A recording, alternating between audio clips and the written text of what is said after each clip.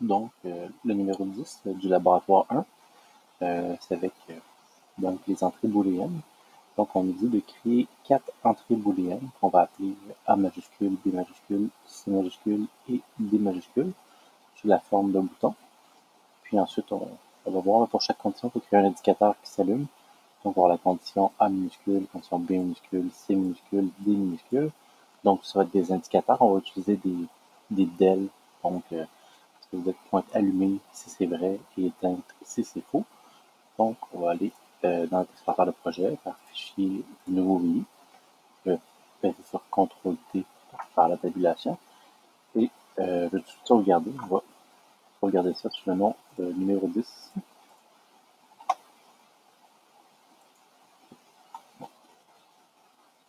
Donc, on sauvegarde notre vie. Et donc, on va tout de suite faire nos boutons. Donc, on va aller dans la palette booléen. Donc, je vais épingler. Puis enfin, on va prendre un bouton poussoir. C'est plusieurs types. Il y a des culbuteurs, etc. On peut faire poussoir. C'est clair si c'est vrai ou si c'est faux. Pour nous, ça va être assez évident. Donc, on va voir. Ces boutons-là sont faux s'ils ne sont pas enfoncés. Puis ils sont vrais quand ils sont enfoncés. En plus, ils sont allumés en vert. Donc, on va voir ce que c'est. Donc, je vais renommer ça A majuscule. Si je me parle des copies des boutons, je vais peser sur CTRL puis je vais glisser. Vous n'êtes pas obligé de le faire en façon si vous ne voulez pas. Et là, donc la nomenclature, je vais rentrer ici. Ça,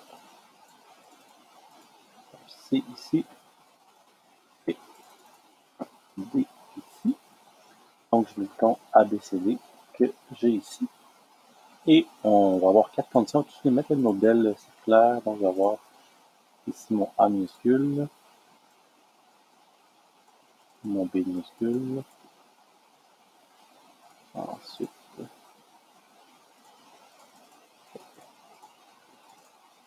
C minuscule et le D minuscule. Donc, ici en fait, là, comme donc on va avoir nos 4 entrées booléennes. Juste ici à la place. Donc les 4 entrées booléennes A, B, C, D que j'ai juste ici.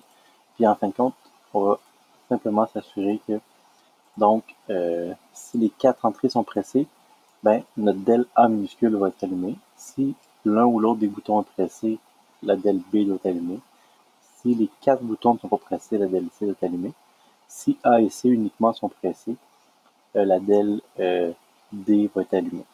Donc seulement si A et C sont pressés. Donc si par exemple si j'ai A et C qui sont foncés, il faut que D soit allumé. Seulement ça, donc si j'allume B, que ça va éteindre. Si c'est pas allumé, là, ça va éteindre. Si les 4 boutons sont pressés, donc mes 4 boutons sont pressés, j'ai ici le A qui est allumé. Si l'un des 4 boutons est pressé, il faut que la del B soit allumée. Donc, on est pas mal donc, dans la logique booléenne. Fait qu'on va y aller avec le A, qui est le plus facile. Donc, je vais faire mon CTRL ici. Le A, il faut que les 4 boutons soient pressés. Les 4 boutons soient pressés par un des 4. Donc, les 4, ça c'est un et logique. On va aller tout de suite, donc, peut-être faire de la place un peu. On va se mélanger. Les répartir un petit peu plus. On va. Ça, je peux les aligner à gauche. Même chose ici, je pourrais descendre lui. On va les prendre. On va les répartir et les aligner à gauche. Bon. Donc, pour. Puis, donc, toute la logique booléenne, on prend un opérateur. Donc, le premier, je vais prendre mon opérateur. Et là, il est déjà en mode OU. On va l'avoir en mode E. Parce qu'on veut que les 4 boutons, ça regarde bien, là. On veut que les 4 boutons soient pressés. Donc, c'est un E logique. Donc, on va simplement relier nos 4 boutons ici. Parce qu'on va en avoir quand même plusieurs à faire passer. Et on relie les D. On peut tout de suite aller le tester, donc en exécutant continu. Donc on voit le A est éteint. Là, il faut que j'enfonce mes 4 boutons pour qu'il soit allumé. Donc ça fonctionne bien, c'est vraiment un et logique que ça prenait. On peut l'arrêter. Ensuite, le B, c'est un. Si on l'autre des boutons est pressé, fait que ça exemple, c'est un. On veut, c'est un OU logique. Si je peux reprendre donc ici mon opérateur, ou je peux simplement faire un contrôle, glisser ici, et simplement là, donc, changer le mode, prendre le mode OU. Et là, on va aller prendre les fils, c'est quand même un petit peu, ça va donner rapidement un cafarnaum, mais donc, je vais prendre le fil en haut du A ici, et je vais envoyer là, le fil ici. Et le fil du C, et le fil du D, et on a notre OU. Et là, on peut l'exécuter en continu, donc dès que je vais enfoncer n'importe quel des boutons, le B doit être allumé, puis ça prend toujours les 4 pour avoir le C. Donc, on peut faire stop ici. Donc le D, si les 4 boutons ne sont pas pressés, donc en fin de compte, il faut que les 4 ne soient pas pressés, là on pourrait, donc, par exemple, si les 4 boutons sont pas pressés, c'est un peu c'est comme le seul moment où B est faux finalement, c'est là dès que B est allumé, ça devient vrai. Donc, tout ce qu'on a à faire finalement, c'est un non ou, c'est pour inverser la sortie ici. Pour être sûr que ça soit C soit vrai, quand les 4 boutons sont pas pressés, il faut tout simplement inverser la sortie de lui. Parce qu'en fin de compte, le seul moment où B est éteint, c'est quand les 4 boutons sont pas pressés. Donc, ici, dès qu'on allume un, il devient vrai. Fait que nous, ce qu'on pourrait faire, c'est simplement faire la négation, donc faire un non de cette sortie-là. On l'a ici dans la palette booléenne, donc on a un non ici. C'est encore plus facile, on va prendre le non comme ça. Et là, la condition, donc si les 4 boutons ne sont pas pressés, on va l'exécuter. Donc les 4 boutons ne sont pas pressés, c'est allumé. Dès que je n'allume un, le B s'allume, mais le C s'éteint. En fin de compte, c'est simplement l'inverse. Il faut que les 4 ne soient pas pressés pour que ce soit allumé. Puis le B, dès qu'il y en a un des 4 qui est pressé, c'est allumé. C'est juste donc inverser la sortie ici du B pour avoir le C. Ça se fait quand même assez bien. Et pour le dernier, donc ça, c'est pour ça que je voulais ça. Pour le D, c'est si A et C uniquement sont pressés. Donc, lui, c'est pas super compliqué à faire.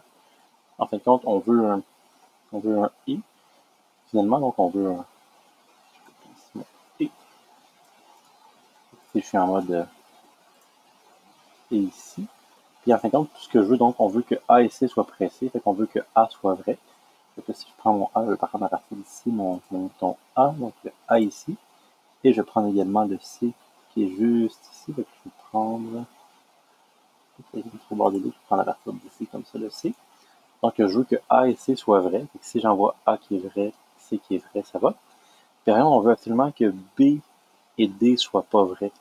Donc ce que je pourrais faire, c'est je veux absolument que D soit à faux, mais je veux que la sortie ici soit à vrai. Donc si je rentre un vrai ici, je rentre un vrai ici, D, il faut qu'il soit éteint. Fait qu'il faut que j'ai un vrai qui arrive là. Je pourrais inverser le D. Je pourrais mettre un non juste ici, faire D, faire un non ici.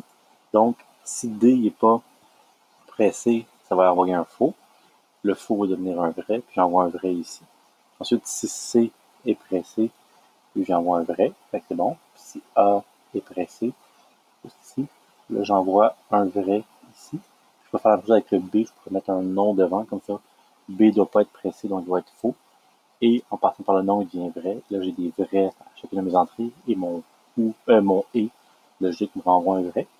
Sauf qu'on peut même éviter de mettre le nom. En fin de compte, on peut directement inverser l'entrée. Fait que si on vient ici, je vais faire un clic droit, puis je pourrais lui dire inverser l'entrée. Fait que j'inclus mon nom juste ici.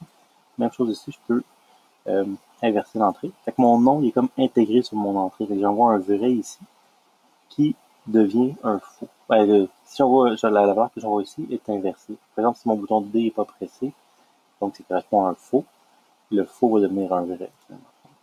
Parce que j'inverse mon entrée. Même chose ici pour le C. Pour le B plutôt.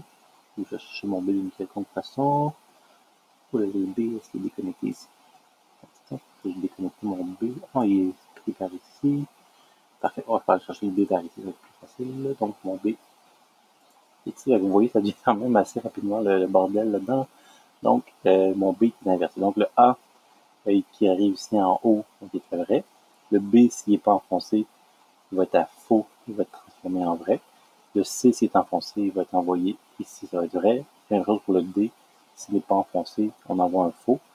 et en inversant l'entrée, ça devient un vrai. Et comme j'ai mis un et ici, ben, si A et C sont un vrai et D et B sont à faux, ça va me permettre donc d'avoir un vrai ici. On veut comme le tester là. Donc, test en continu. Donc ici, tout est éteint, le C est allumé. Dès que je n'allume un, par exemple le D, le B est allumé.